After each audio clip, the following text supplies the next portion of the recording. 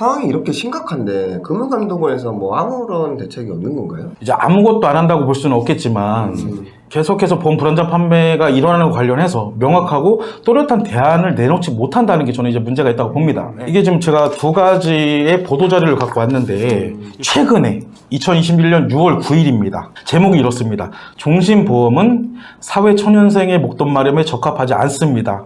라는 제목으로 소비자 경보 주의를 발령했습니다. 말 그대로 주의하라는 겁니다. 예. 뭘 어떻게 하겠다는 게 아니라 주의하라는 얘기예요. 이제 향후 계획이라고 해가지고 종신보험 민원에 대한 모니터링을 강화하고 불안전 판매와 관련한 민원다발 보험사에 대해서는 관리를 강화하겠다. 보험사가 자체 내부 통제 기능을 강화할 수 있도록 지도하겠다. 되게 추상적이에요. 그래서 이런 내용들이 전부입니다. 보도 자료라는 게. 그래서 앞으로 금융감독원이 이 종신보험의 불안전 판매 관련해서 어떻게 행동들을 하는지에 대해서 저도 계속해서 예의주시하도록 하겠습니다. 실은 금융감독원에서 보도자료를 배포한 게 이번이 처음이 아닙니다. 2016년 10월 12일 보도자료를 보면 제목이 이렇습니다. 종신보험 판매 과정에서의 불합리한 관행 시적이라는 제목으로 여기 내용들도 마찬가지입니다. 이제 무엇을 주의해야 된다 이런 내용들이 주를 이루고 하나 좀 내용이 있습니다. 이제 그 종신보험 상품 설명서 등에 이 내용이 바뀌긴 했어요. 어떤 내용이냐면 가입하시는 상품은 사망 보장을 주목적으로 하는 보장성 상품이며 저축 및 연금을 주목적으로 하는 상품이 아닙니다. 이렇게 해서 지금 이 이후에 만들어진 그 종신보험들은 이 내용이 들어가 있습니다. 근데 문제는 설계사들이 설명을 안 하겠죠. 설명을 안 하는 것도 있겠지만 이제 어떻게 넘어가냐면 이게 정말 좋은 상품이다 보니까 금융감독원으로부터 인가를 받아야 되는 부분이 있는데 인가를 받기 원활하게 하기 위해서 그냥 들어가는 그냥 내용들이다. 이렇게 요식행위로 넘어가는 겁니다. 그냥 이거는 정말 돈을 모으기에 적합한 거 그냥 날 믿고 가입하면 된다. 써놓으면 뭐합니까? 이것조차 그냥 눈 가리고 아웅식으로 넘어가는데 2016년이면 벌써 4년이 넘었습니다. 5년 가까이 됐습니다. 그럼에도 종신보험이 끊이지 않는 이유가 이런 것들이라고 저는 생각을 합니다. 2016년 보도자료 제목과 최근에 나온 보도자료 제목을 좀 봤는데 그나마 이게 좀 선명하게 나오는 것 같아요. 종신보험은 사회초년생의 목돈 마련에 적합하지 않습니다 라고 해주잖아요. 이 문구를 2016년에 썼어야죠. 진짜 말하다 보니까 진짜 열받네. 아니 저같이 머리 나쁜 사람들도 이 종신보험에 대한 잘못된 부분들 어떻게 하면 개선시킬 수 있을지 생각나는 아이디어들이 되게 많거든요. 근데 그 똑똑하신 금융감독원 직원분들께서는 뭐하고 계신지 도대체 모르겠습니다. 날도 더운데 좀 릴렉스 하시고요. 실제로 이런 모습을 보시고 많은 분들이 이제 법무부인 진성을 믿고 의뢰를 하시는 거 아닐까라는 생각이 듭니다. 그런 걸까요? 아무튼 어깨가 요즘 많이 무겁습니다. 한마디만 덧붙이자면 한마디만 해야 돼요?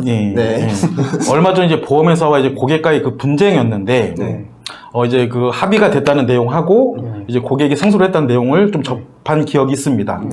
그게 주제가 암보험금 관련이었고 또 하나는 이제 즉시연금 관련이었는데 제가 이 말씀을 왜 드리냐면 그렇게 부당한 일을 겪었던 분들이 보험회사를 상대로 아무것도 안 했다면 이런 긍정적인 변화들이 있었겠습니까? 제가 이 말씀을 드리는 이유는 계속해서 보고 채널 나와가지고 강력하게 어필하는 이유입니다.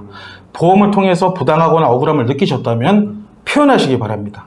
표현을 하지 않으면 그 어떤 일도 일어나지 않습니다. 시장님 그러면은 이렇게까지 설명하면은 시청자분들이 좀 체감이 덜 될 것 같아요. 나는 피해 안 입었는데 라고 생각하실 수도 있잖아요. 그렇죠. 잘못된 보험 가입으로 인해서 좀 큰 피해를 보셨던 그럴 뻔했던 분들의 사례 소개 좀 해주시면 어떨까요?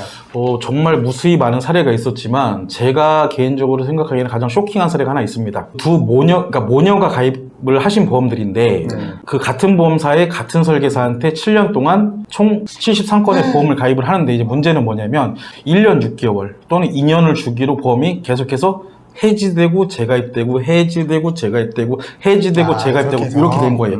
결국 한번 생적으로 생각을 해보세요. 1년 6개월에서 2년에 해지가 된다면 해지금리는 현지에 되게 낮잖아요. 만약에 고객이 이거에 대해서 정확하게 알았다면 그렇게 누가 하겠습니까? 그러니까요.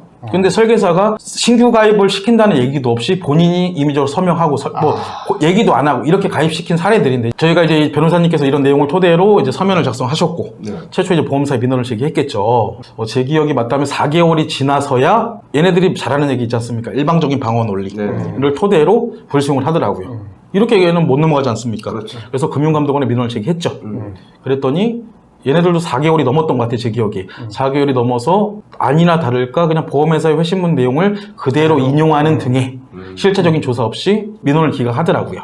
그래서 저희가 어떻게 했냐? 국민권익보호위원회에 개별 민원을 접수를 했습니다. 이제 권익위원회에서 저희 그 변호사님께 전화가 왔었어요. 그래서 요거는 좀 금융감독원한테 다시 넘겨서 제대로 검토할 수 있게끔 하겠다. 어떻게 하면 좋겠냐고 저한테 이제 의견을 물어보기 위해서 전화를 했었고 이제 고객하고 상의를 해본 결과 그렇게 하자 해서 지금 권익위원회에 접수했던 민원이 다시 금융감독으로 가 있는데 이거는 되게 앞으로 어떻게 진행될지 저 개인적으로 많이 관심이 가는 사례입니다. 이거는 누가 봐도 잘못된 거 맞지 않습니까? 7년 동안 73건 말이나 됩니까? 이로 인해 가지고 손해본 게 3억 6,600이나 됩니다. 이게 말이나 됩니까? 진짜 정말 그래서, 큰 문제 같아요. 예, 정말 예, 제가 지금까지 그 상담을 진행하면서 많은 사례를 경험했지만 이 모녀의 사례가 가장 쇼킹하지 않았나 저는 개인적으로 이렇게 생각을 합니다. 그러니까요. 보험을 위험을 대비해서 가입을 하는데 맞습니다. 오히려 또 보험을 가입하면서 위험에 처해져 있는 상황 같아요. 네. 예, 맞습니다. 정말 우리나라 보험 업계에 슬픈 단면이라고 할 수 있을 것 같습니다. 자, 오늘 이렇게 저축보험으로 둔갑하고 있는 종신보험들에 대해서 살펴봤는데요. 저희가 여러 차례 살펴보고 설명도 많이 들었지만은 정말 설명 들을 때마다 아찔해지는 사례들이 많은 것 같습니다. 저는 어떡하겠습니까? 매일같이 이제 겪어야 되는 것들인데, 진짜 의뢰인들의 사연을 들어보면은, 정말 막 참담하고, 막 억울하고, 분통 터질 때가 한두 번이 아닙니다. 정말로. 아무래도 박 시장님하고 법무의 진성에서 조금 더 노력을 해주셔야 될 것 같습니다. 예, 진짜로. 네. 더욱더 화이팅 하겠습니다. 네. 매스컴에서 이러한 문제점들이 더 많이 전파가 되고 확산이 되어야지 종신보험을 좀 알고 이제는 가입하시는 분들이 늘어나지 않을까라는 개인적인 생각이 듭니다. 네, 맞습니다. 네. 그러니까 종신보험을 앞으로 가입할 때도 문제지만 저는 계속해서 얘기하지만 잘못 알고 가입한 분들은 어떻게 할 거냐가 저는 퀘스천입니다. 박 시장님, 청희 씨 모두 수고하셨고 오늘은 커피 여기서 잘 마셨습니다. 네, 마무리 해보도록 하겠습니다. 네. 자, 여러분 그럼 다음 시간에 만나요. 구독, 좋아요. 알림 설정 눌러주세요.